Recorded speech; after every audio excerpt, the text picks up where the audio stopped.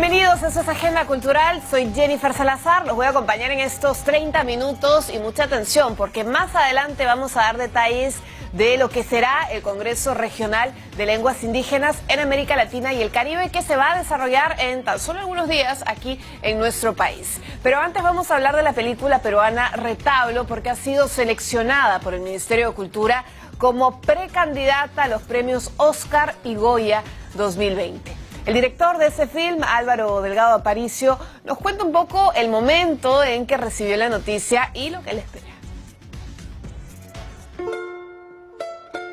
El largometraje peruano hablado en lengua quechua ha sumado un logro más a su larga lista de 31 reconocimientos a nivel mundial. Es precandidata a los premios Oscar y Goya 2020.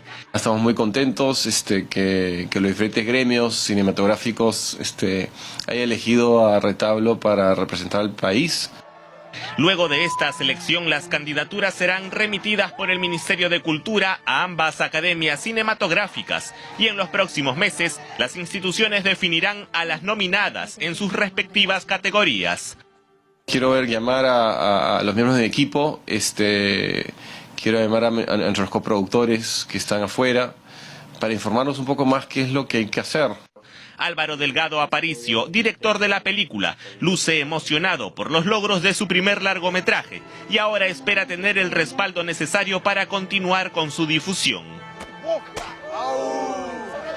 Ojalá que nos pueda apoyar Prom Perú para el soporte que necesitamos para hacer los trabajos que tenemos que hacer para seguir promocionando esta película afuera. La selección estuvo a cargo de la Dirección de Audiovisual, la Fonografía y los nuevos medios del Ministerio de Cultura. Y a través de Retablo nosotros creemos en el amor, creemos en la diversidad y creemos en la tolerancia. Eso es lo que queríamos de alguna manera contar. Y nuestro sueño era llegar a un muy buen festival. Retablo se mantuvo 7 semanas en cartelera y llevó a más de 59.000 asistentes a las salas de cine. Asimismo, ha recorrido distintos festivales internacionales. 31 premios que convierte Retablo de Álvaro Delgado Aparicio, película en quechua, en una de las películas más premiadas, si es que no es la más premiada de nuestro país, y esperemos que llegue a buen puerto en esta preselección tanto a los Oscar como a los premios Goya. Vamos ahora a hablar de nuestro país porque es homenajeado en el Festival Internacional de Cine de Viña del Mar en Chile. 18 películas peruanas que serán expuestas en el evento recibieron estímulos económicos del Ministerio de Cultura.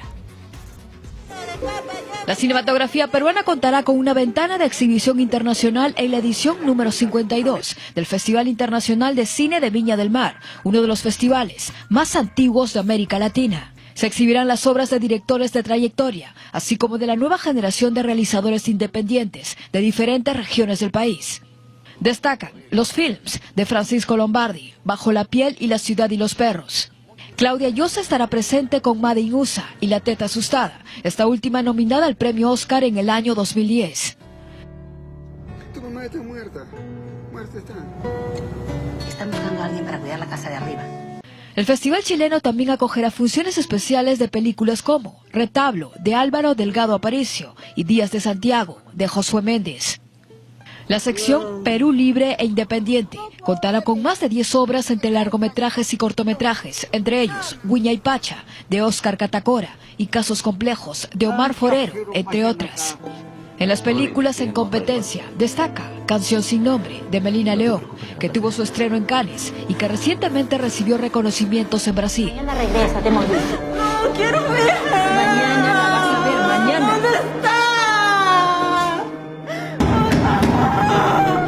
está? 18 películas peruanas que se verán en el festival recibieron estímulos económicos del Ministerio de Cultura.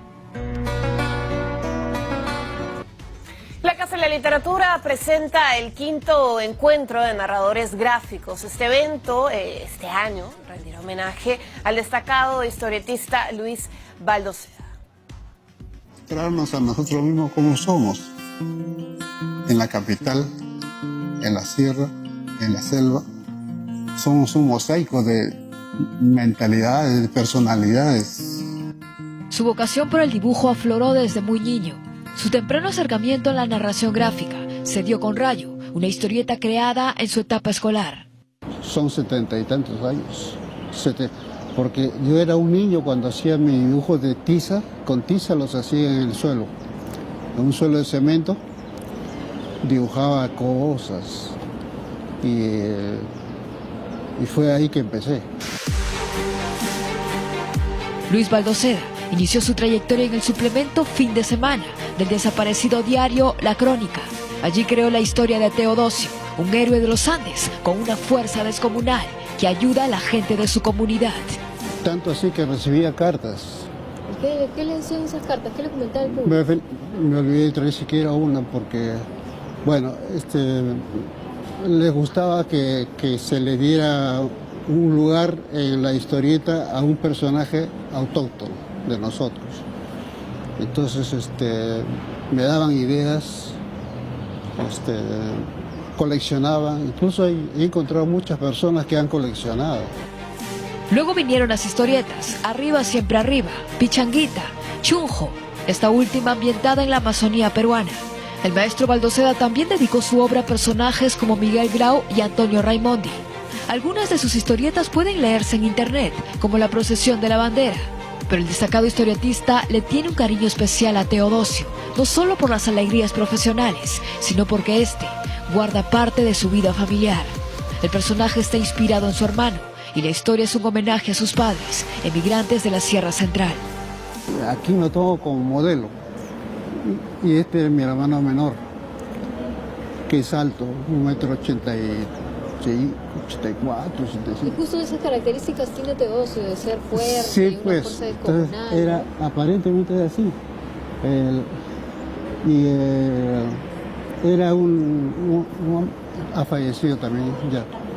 Era una persona que le gustaba lo justo, le gustaba defender a los que eran más débiles, y lo tomé como modelo.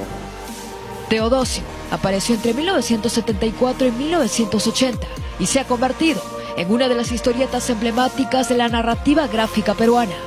Sin duda, toda una vida tras el papel y la tinta, que la Casa de la Literatura Peruana reconoce a través del 5º encuentro de narradores gráficos. Y por ello, le rindo homenaje al maestro Luis Baldoseda el sábado 14 de septiembre a las 6 de la tarde. Somos un país heterogéneo, con diferentes culturas, diferentes naciones, pero que nos une algo, que es el ser peruano, ¿no? Y eso es la importancia de Baldoseda en nuestros tiempos, y por eso es que le rendimos este 5º encuentro de narradores gráficos, para poder homenajearlo y para poder conocer mucho más su producción. En este encuentro participan ilustradores, historietistas e investigadores del cómic nacional a través de mesas redondas, presentaciones de revistas y talleres. Estamos desarrollando 4 talleres, uno es para trabajar caricatura, el otro es para una inducción a la historieta, un taller de fanzines y un taller para adolescentes con el tema de José María Argueda. Estos talleres son gratuitos, simplemente pueden venir a esos días que se desarrollan los talleres, que es los sábados y los viernes, y de acuerdo al aforo de 20 personas se desarrollan estas actividades. No te lo pierdas, del jueves 12 al sábado 14 de septiembre, el 5º encuentro de narradores gráficos en la Casa de la Literatura Peruana. El ingreso es libre. Mira, amigo, momento de hacer una brevísima pausa. Al regresar, ya lo saben, vamos a conversar sobre lo que representa y cómo será el Congreso Regional de Lenguas Indígenas de América Latina y el Caribe, que se desarrolla en tan solo algunos días en la ciudad de Cusco. Con eso y más volvemos en minutos.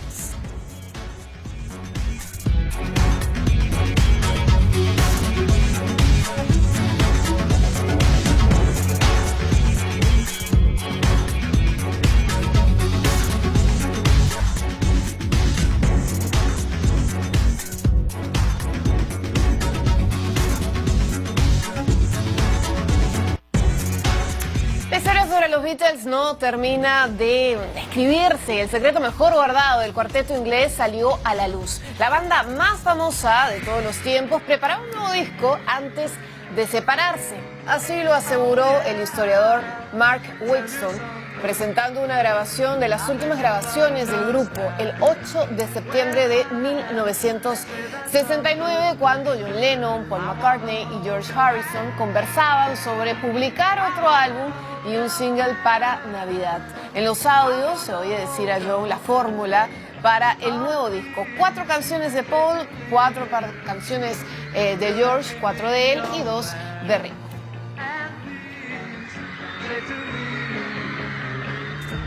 La flauta mágica fue presentada, Amadeus Mozart será presentada como parte del programa Vamos al Teatro que promueve la Municipalidad de Lima y la Universidad Nacional de Música. La obra estará a cargo del taller de ópera que dirige el maestro Wilson Hidalgo y la Orquesta Sinfónica de esa universidad, bajo la dirección del maestro Matteo Pagliari, libreto de Emanuel Chinkander. Será una puesta en escena contemporánea de este clásico. La flauta mágica, en 2 actos, cuenta la historia de Tamino, joven príncipe, que caerá en las manos de la malvada reina de la noche, quien lo engatusará para ir en busca de su hija Pamina. Tamino llevará la flauta mágica para lograr su cometido. Las presentaciones se van a desarrollar el 12 y 14 de septiembre en el Teatro Municipal.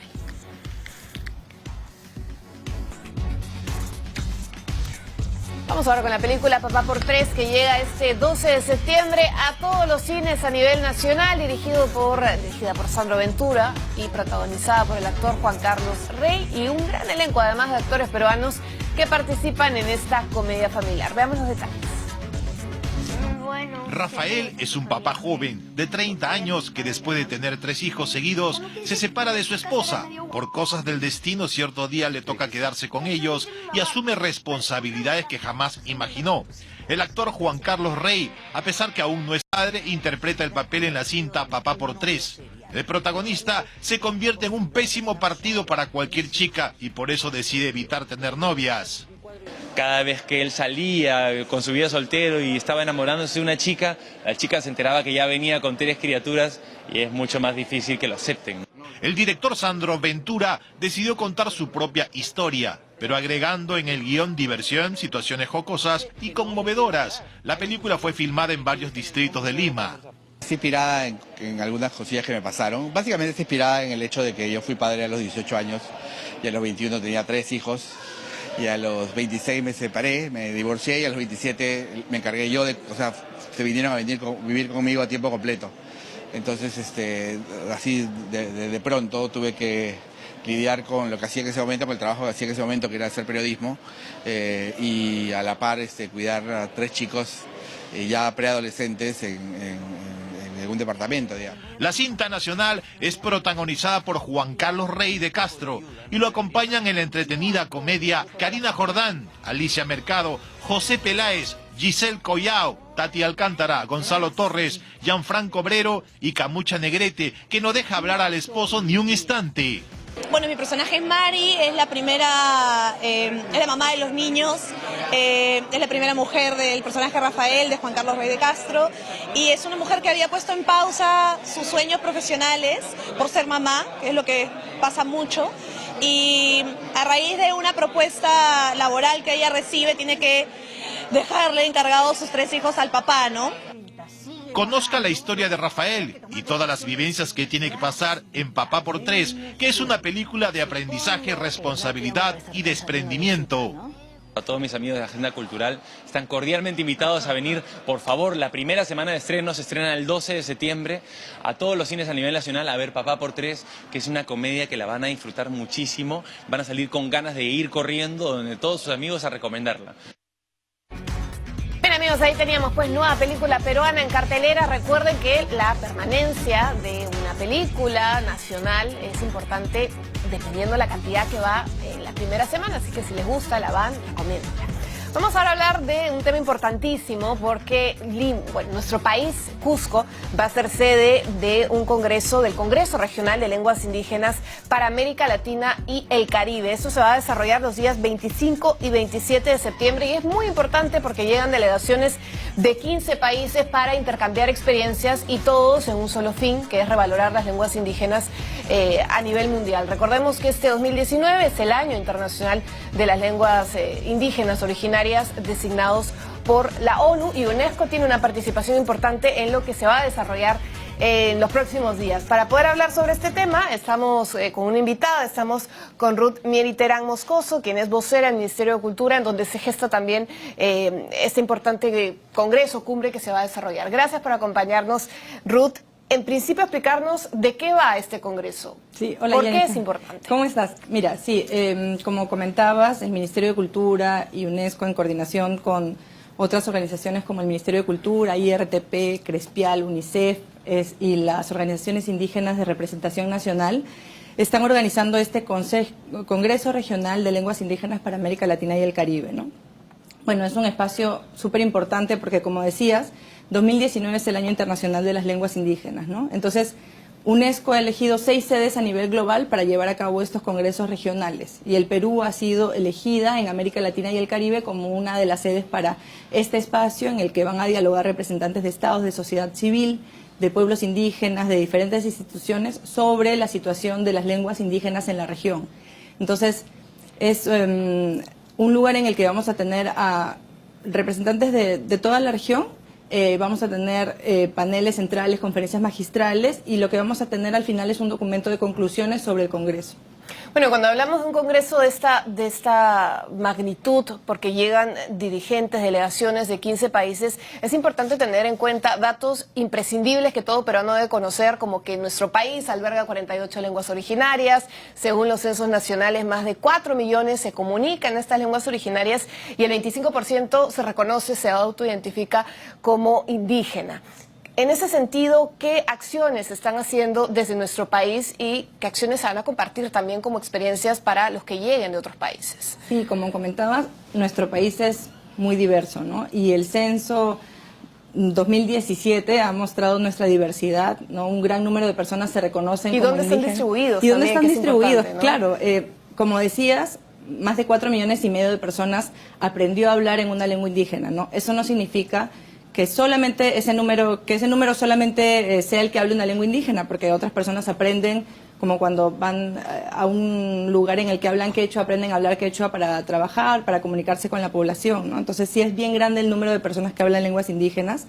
Hay 5 regiones en el país donde más del 50% de la población habla una lengua indígena. Entonces, imagínate qué importante que es que el Estado se comunique con los ciudadanos en lenguas indígenas, ¿no?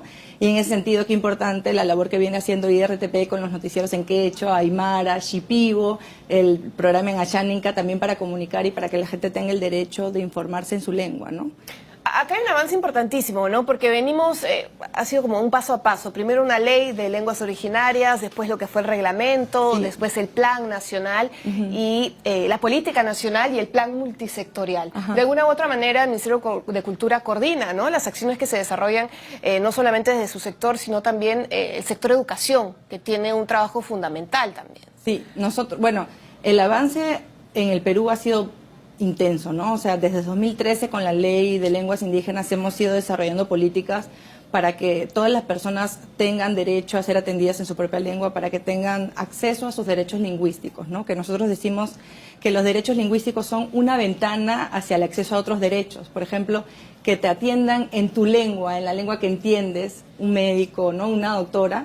Imagínate qué importante es para que tengas cumplimiento de tu derecho a la salud, ¿no? O que puedas tener un abogado, un traductor o intérprete que pueda traducir en un juicio si te acusan de algo, ¿no?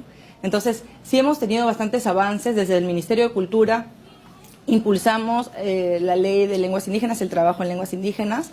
El Ministerio de Educación se encarga sobre todo del trabajo en lenguas indígenas en el marco educativo, pero por nuestra parte sí trabajamos para que todos los sectores del Estado, en todos los niveles, puedan trabajar por los derechos lingüísticos de la población, ¿no? Bueno, en ese sentido el trabajo de los traductores también es fundamental. Sí, nosotros tenemos estrategias dependiendo de la cantidad de hablantes en diferentes regiones o áreas de intervención, ¿no?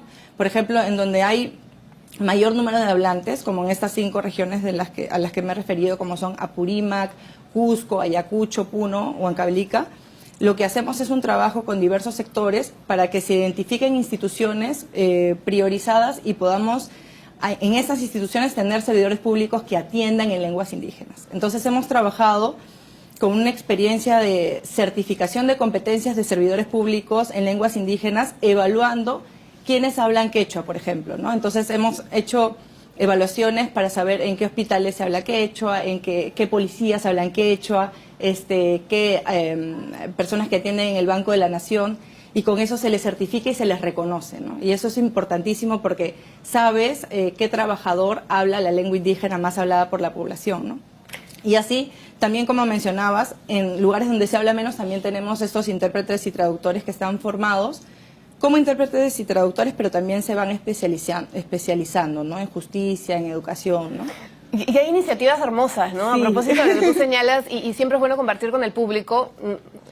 Es bonito el trabajo que realiza el Instituto Nacional de Radio y Televisión y que marca un hito, ¿no? Ya sea a partir de Ñohanchi en el 2016, en los diversos noticieros que se han ido implementando y que han tenido réplicas. Por ejemplo, el Poder Judicial tiene un noticiero también que cumple con los derechos lingüísticos de todas aquellas personas que hablan otra lengua. Sí. Y así se suman más indicadores importantes. Hay experiencias hermosas desde el Estado, de la sociedad civil. Desde una universidad también, ¿no? La Universidad San Marcos también tiene un noticiero. La Universidad San Marcos tiene un noticiero, pero por ejemplo en la Universidad Cayetano Heredia también hay estudiantes que enseñan a otros estudiantes lenguas indígenas para cuando vayan a hacer su serum. Tenemos, ahora vamos a ver, por ejemplo, experiencias de documentación en lenguas indígenas. Nosotros hacemos también trabajo documental para recoger las lenguas, sobre todo las que tienen menos hablantes, música en lenguas indígenas, rap en quechua, sopranos en ayáninca. Vamos a ver una cantidad de experiencias enormes que justamente se van a presentar en el Congreso. Y que están orientados a distintos ejes temáticos, ¿no? Sí, o sea, como te comentaba antes de la entrevista, hemos hecho una convocatoria abierta al Estado, a la sociedad civil, a todas las personas interesadas en lenguas indígenas para que presenten experiencias, ¿no? Y hemos recibido más de 260 experiencias de 10 países y hemos seleccionado 50 experiencias, ¿no? Y ahí tenemos experiencias de cine documental, tenemos experiencias de revitalización en lenguas indígenas, de trabajo con comunidades en lenguas para la siembra, educación intercultural bilingüe, variada, súper interesante, sí. Ahora, otro tema importante es, y que claro, me imagino que es el eje de acción también del Ministerio de Cultura, es aquellas lenguas que están en peligro de extinción. Hay instrumentos valiosos desde el Ministerio de Educación, desde la UNESCO, estos mapas etnográficos que nos permiten mapear un poco aquellas lenguas que se están perdiendo en el tiempo. En ese sentido, ¿qué es lo que se viene desarrollando? ¿Cómo se puede paliar esta situación que es trágica, ¿no? Porque se pierde una lengua, no solamente se pierde un medio de comunicación, sino también toda una cosmovisión que implica la identidad de un pueblo determinado. Claro, como dices, o sea, una lengua es una forma de ver el mundo, ¿no? Y tiene valores, tiene una historia riquísima, es patrimonio cultural, no solamente de un pueblo indígena, sino de toda la comunidad, ¿no? Entonces, en ese sentido, bueno, en el Perú, como decías, hay 48 lenguas y 21 de estas 21 lenguas están en estado crítico, en riesgo. Y hay 5 lenguas que tienen muy poquitos hablantes, menos de 10, ¿no? El Taoshiro, que tiene una sola persona. Claro, el Taoshiro, que tiene una sola persona. El Ministerio de Educación lo que hace es un trabajo de documentación y revitalización, ¿no? Hacemos documentación en los casos en los que tienes muy poquitos hablantes. Es un trabajo riquísimo. Imagínate la responsabilidad que tienes de ser el último hablante de tu lengua.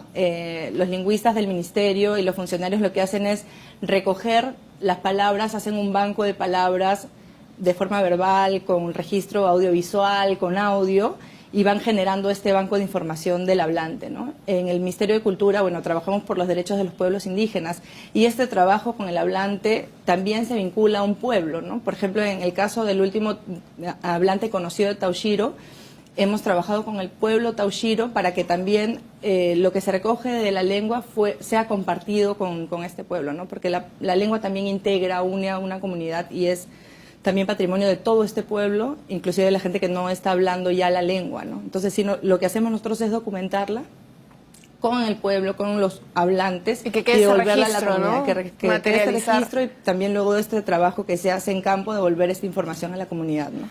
Bueno, Ruth, el tiempo nos gana, pero es importante a todas las personas, amigos del Cusco que nos ven, que pueden estar, pues, ¿no? Y conocer un poco más de las acciones que se van a desarrollar el 25 y 27 de septiembre. 25, 26, 27. 25, 26. ¿Dónde se puede? ¿Las sedes se tiene ya mapeado? Sí, ¿en qué lugares? Es en el Centro de Convenciones de la Municipalidad Provincial del Cusco, es en Plaza Regocijo sin número. La Plaza Regocijo es una plaza que está junto a la Plaza de Armas. Es el Centro de Convenciones, es un lugar hermoso, esperamos a 500 participantes.